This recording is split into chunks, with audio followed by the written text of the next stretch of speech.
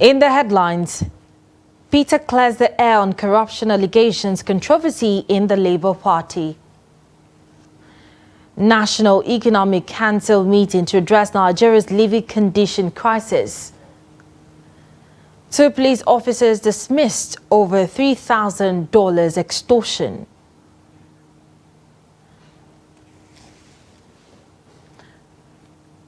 And on the foreign scene, Arab group pushes for ceasefire in Gaza. Hello and welcome to Trust TV News Updates. I am Martia Umar. Thank you for joining. Thank you again for joining. And now the news in detail. In a press conference in Abuja today, presidential candidate Peter Obi, alongside his crowdfunding management team, refuted allegations of misappropriating campaign funds. Peter Obi emphasized transparency and accountability by announcing the engagement of a reputable audit firm to investigate any claims of misappropriation, ensuring the proper utilization of the funds raised. Trust TV's Shafiu Suleiman reports this press conference. Embattled National Chairman of the Labour Party, Julius Abure, was recently accused of diverting and mismanaging campaign funds for the 2023 presidential election. The presidential candidate of the Labour Party, Peter Obi, was also accused of misappropriating the sum of 3.5 billion naira donated for the campaign. The currently credibility and integrity crisis in the party has engulfed key players, including the team lead for the campaign crowdfunding, Aisha Yusufu. To set the record straight, the allegations diminishing the Labour Party's reputation. The Peter Obi presidential campaign team is now opening its books to the public as a transparency measure to address unverified allegations. In fact, one of the people who mentioned said we received about $150 million. Let me categorically state it that all the funds received directly or indirectly from that is not up to 1%, it's about not up to 1% of what is mentioned. And this, some of it are part of what have been exchanged and given to Aisha. As they roll out figures of the money generated for the campaign, the crowdfunding team also provided lines of procurement and other expenditures. What we received specifically was this particular amount, let me repeat it once again, 595 million naira, 976,000 naira, 994 naira. We also received 800 million naira from the candidate himself. And I know some might wonder, how did we know that these monies were from the candidate? How were we able to differentiate them? These were monies that were put in by the candidate that were supposed to be used to pay for the polling agents. So we knew that they came in 4 tranches of 200 million naira each. And that was what gave the total of 800 million naira from the candidate. We also adopted a framework to ensure disbursed funds were used judiciously. Very important. We want to ensure that when we give resources to vendors, people who worked on the project, that they use these funds judiciously. We adopted that process. Then fund disbursements were made with approval from His Excellency and told our signatories to provide constant oversight.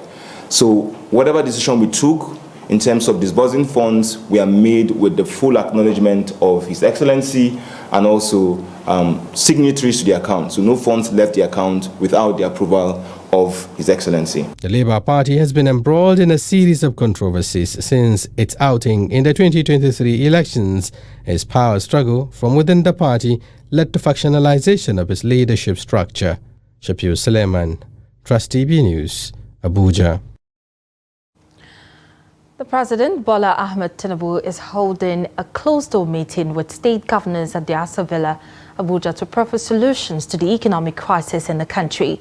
Presidency officials said that the meeting with the governors will be held before the president's departure to Ethiopia for the African Union meeting. And the session is coming a few days after the governors elected on the platform of the People's Democratic Party compared Nigeria's economic situation to that of Venezuela, a South American country in the throes of hyperinflation, escalating starvation, disease, crime and high mortality rates. Protests had broken out in different parts of the country in reaction to the high cost of living, with citizens in Niger, Kano, Kogi, Ondo and other states demanding solutions to the economic crisis. The traditional rulers and the Nigerian Bar Association had on Wednesday asked the federal government to quickly address the situation.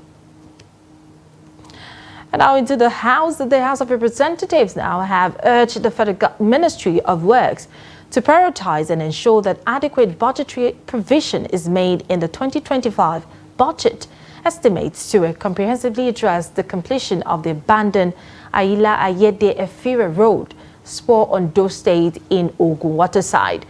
And then the motion sponsored by Honorable Joseph Agbegbese observed that the projects were initially designed to improve the living conditions of Nigerians in terms of the construction of roads and bridges, electrification, and of course, power improvement and the provision of water, education and health facilities. The lawmaker also observed that the successive administrations have neglected these projects because of the assumption that they were not initiated by the government or did not fall within their policy direction without considering the impact of those projects to the lives of Nigerians and public funds already expended on them. He called on the contractors involved to return to the field and complete the project and report back within 4 weeks for further legislative action. The House resolved to urge the Federal Ministry of Works to authorize and ensure that adequate budgetary provision is made in the 2025 budget estimates to comprehensively address the completion of the project, and also resolved to mandate the committees on works and Federal Road Maintenance Agency to conduct an overview assessment of the abandoned projects to include the scope of work, date of commencement, contract value, amount spent, and stage of work, and ensure that necessary measures are put in place to ensure Reynolds Construction Company Limited return to the field and complete the project, and report back to the House within 4 weeks for further legislative action. And still in the National Assembly, the House of Representatives have asked the state government to order enrollment of children in school compulsory. It also urged relevant agencies and state to hold children found loitering during school hours and have their parents face the appropriate consequences. The resolutions followed a motion of the plenary on Wednesday by Rep. Olamijuwonlo Ayodeji Alao Akala, who said that the actualization of promoting the right to education was bedeviled by issues such as low enrollment of children, particularly the girl child, low completion of basic education, shortage and poor quality infrastructure in schools. He said to ensure the efficiency and productivity of children as well as security for better future for the Nigerian child, swift action needed to be taken to address the education crisis. The House, after debating the motion, urged the federal government to increase budgetary allocation for education to accommodate free basic education for Nigerian children. Now away from the National Assembly, the Labour Party candidate in the February 3 rerun election for Enugu South 1 state constituency, Brighton Gene, has called for a review of the election alleging irregularities. In a statement, Gene alleged that the electoral umpire violated the electoral laws and colluded with the opposition to undermine the entire process before, during and after the election. And Gene said that the recruiting ad hoc personnel made the electoral process not transparent. And this comes as the Labour Party and People's Democratic Party (PDP) supporters on Wednesday protested the delayed release of election results at the Enugu State headquarters of the Independent National Electoral Commission (INEC). The Rivers State Police Command said one of its men, identified as Inspector Michael Ode, involved in an act of extortion, has been dismissed.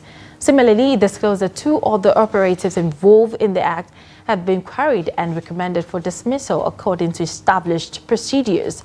The spokesperson for the State Police Command, Grace Iringa Koko, confirmed the dismissal of the inspector and the recommendation for the dismissal of the ASPs in a statement issued in Port Harcourt on Wednesday. Iringa Koko, superintendent of the police, said Ode's dismissal followed the conclusion of an orderly room trial by the command. The 3 operators, including 2 assistant superintendents of police, were arrested and detained for allegedly kidnapping and extorting $3,000 from the unidentified travelers in December 2023. And Inspector General of Police Kayode Betokun has identified Bauchi as one of the 10 piloting states for the establishment of Special Intervention Squad and the restraining of police personnel to address lingering security challenges throughout the country. He made the statement in Bauchi during a one-day working visit to the state. Trust TV's Adamu Imam files in the report. The police boss, during an interactive session with officers and men of the Bauchi Police Command, says the new security initiative of establishing Special Intervention Squad and retraining of personnel is geared towards repositioning the police to respect and be respected anywhere they are. We want a police force that all members of the police force will be proud of. We want you to wear this uniform and be proud that you are wearing your uniform. We will do everything possible to restore the past glory of the police. At the courtesy call to the government house, Ebetokun noted that the state was carefully chosen among the first 10 states in view of its strategic advantage in addressing security challenges in northern part of the country. On his part, the state governor, Bala Mohammed, explained that demography is not helping matters as population explosion is on the high due to relative peace in Bauchi. And the demographics is not helping us. People are coming because of our relative peace. We are a gateway to 7 states. We are a gateway to all the zones within the north. The northeast, the north central, and the northwest. And some of the activities of the federal government in the northwest is affecting us. Because as you said, you can see how intellect is deployed. We are fighting them in the northwest, they are running to northeast. And this is the route. Also, as part of the visit, the IG commissioned office project at Mopol 10 at Inkili community constructed by the Tiami Rice Company Limited as part of corporate social responsibility. The wives of the junior officers of the community appreciate the gesture and use the advantage to appeal to the federal and state government to address their pressing needs for many years in the area. The issue of the water and the lights. Then we don't have hospital here. We lost some of our wives. Our husband, they are used to go duty outside. They leave wife at home. So we are living lonely. Nothing. We cannot watch our TVs. We cannot watch news. Our children look like villagers' children. That if we brought them, we go to the town, they are looking some difference. So we are begging for them to come and help us. Governor Bala Mohammed appealed to IGP to continue to support the State Police Command with the state-of-the-art facilities to enhance operations in dealing with kidnappings and armed banditry. Adam Imam, Trust TV News, Bauchi. The International Press Institute has charged journalists to continue discharging their duties in line with the principle of media law and ethics, despite the economic difficulties they are grappling with. The charge was given in Kano at a 2-day capacity building training for senior journalists avoiding strategic lawsuits against public participation slap. Trust TV's correspondent Idris Jabrin reports. These senior journalists drawn from the Nigeria's northwest region are here to be trained on how to avoid slap suits and remain ethical, with a focus on media law, ethics, and fact-checking. According to the president, IPI in Nigeria, the training for senior journalists has become necessary to further understand the most dangerous legal loopholes editors must avoid, as well as operational loopholes that can trigger media repression, among others. In Nigeria, a number of media outlets are being suffocated by slap.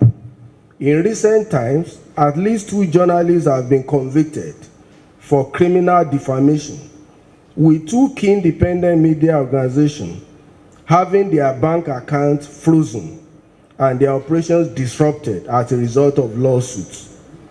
While law reform is critical in Nigeria, and other countries to solve the problem of SLAP, High PI Nigeria believes that another sensible response to the challenge will be to equip journalists. The International Press Institute believes that the role of the media in shaping the perception of the society cannot be overemphasized. Hence the training to help journalists hold government accountable and be protected against government repression and arbitrary arrest. The need for independent and ethical journalism has become paramount. However, you know well that independent journalism is under constant attack. One of the key threats to journalism today comes from legal tools deployed by the rich and powerful. It is the use of strategic lawsuits against public participation, commonly known as slaps. Battling fake news and media manipulation, minimizing the risk of defamation and government censorship are some of the major issues to be discussed in the next 2 days. We have very serious challenges with the ethics and the professionalism, because these days, the digital media has changed so many things now. Now, any man or woman with a telephone that can take picture and record voices, they can pretend to be journalists because they can record incidents. They can share them to millions of people, whether WhatsApp or whatever. So, as a matter of fact, journalism faces a serious threat. The media is the blood, through which democracy actually grows. Now, it's very obvious that we're in a period when the proliferation of online, media platforms have actually come with a very serious challenge, that of fake news.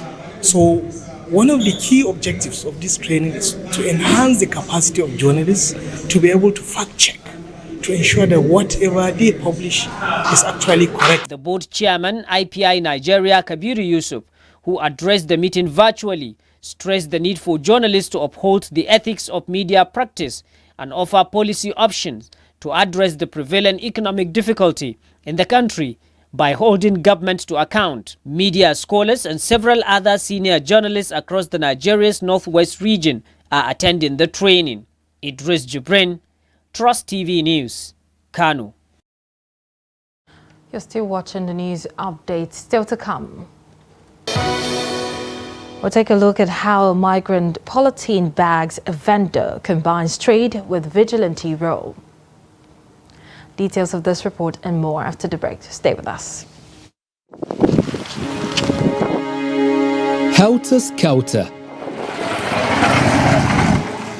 Under cover of darkness or even in broad daylight, bandits and kidnappers have been wreaking havoc in the lives of some Kaduna residents. Bala'in ya isa malam. Mun yi noma ba su bari mana da kaka.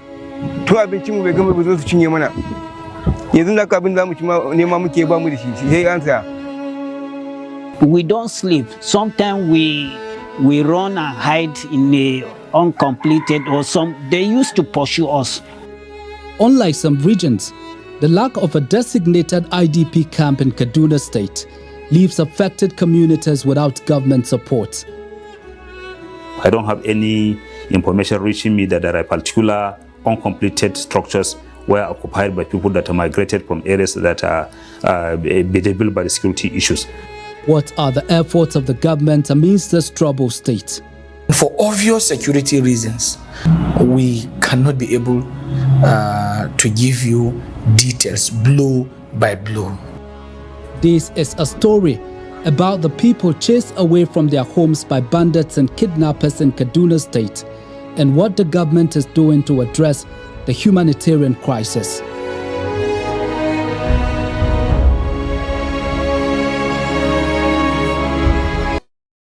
You're welcome back. Thank you for staying with us. You're still watching the news update on Trust TV. A recap of some of our main headlines. We told you earlier that Peter clears the air on corruption allegations controversy in the Labour Party. And the National Economic Council meeting addresses Nigeria's living condition crisis. Moving on to more news, cooking gas explosion, which occurred in Lagos last week, has claimed the lives of 3 out of the 5 victims. The victims, who were rushed to the Lagos State University Teaching Hospital, LASUT, in Ikeja, died on Monday from a very high degree of burns sustained from the explosion. The cooking gas cylinder had exploded and trapped a 4-year-old girl, mother, grandfather, grandmother and her uncle in the apartment on Sunday. The incident, it was gathered, occurred after the oil the grandmother was using to fry meat suddenly caught fire, and effort to control it got beyond their control, which led to explosion of the cooking gas cylinder.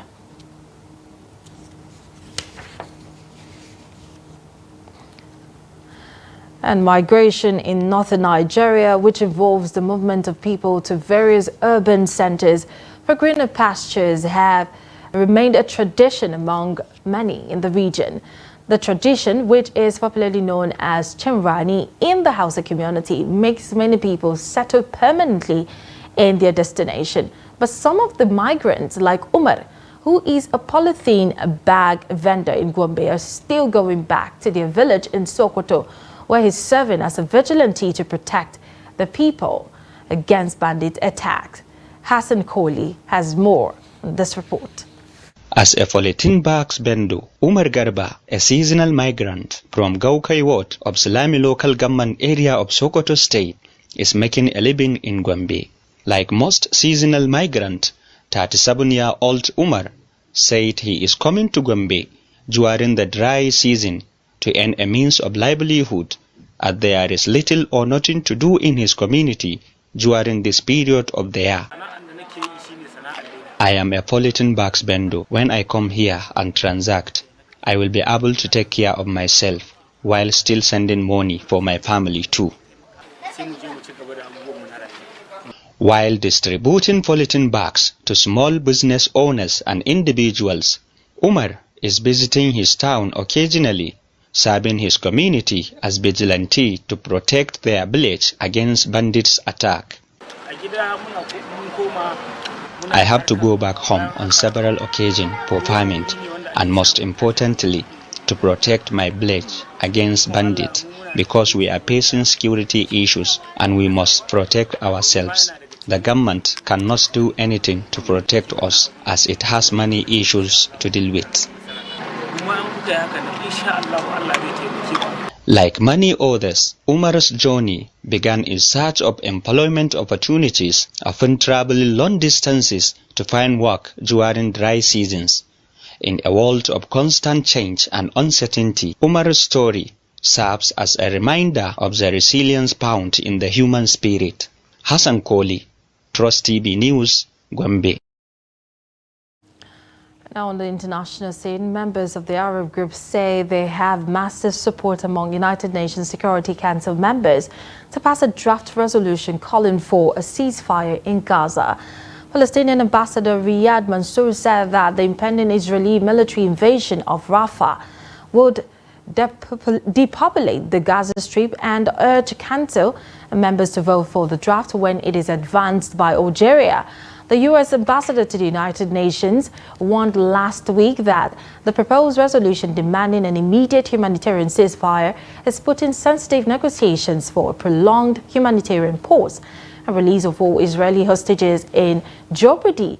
And Linda Thomas Greenfield told UN reporters on Friday that the U.S. is working on a strong, compelling proposal to release the Israeli hostages and get desperately needed humanitarian aid to Palestinians in Gaza. Algeria, the Arab representative on the Council, circulated the draft resolution to the Security Council's 15-member last Wednesday. It does not mention the hostages, but instead demands that all parties comply with the international law and calls for unhindered access to humanitarian aid and reject the forced displacement of Palestinian civilian population.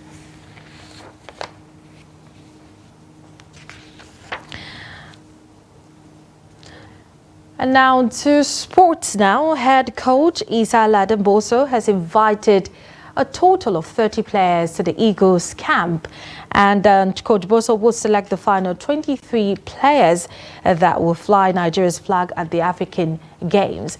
The Flying Eagles will be aimed to go one step better after winning the silver medals at the last edition of the Games in Rabat, Morocco in 2019. Nigeria will play Uganda, South Sudan, Senegal and Tunisia and the group stage, and Boso led the under-20 boys to the quarterfinals of the last year's FIFA Under-20 World Cup finals in Argentina. And barely 3 days after the completion of the 2023 African Cup of Nations, the African Soccer Governing Body and the local organizing committee in Morocco seems to have reached an agreement with FIFA on timing. The time at which the competition will be held has recently become the subject of discussion, as the competition is to clash with the FIFA Club World Cup. And Morocco, under the Federation President Fawza Legja, last week announced that the competition will be staged in the summer. And according to the update from the North African country, the concerned parties have agreed to have the tournament held 2 weeks after the Club World Cup.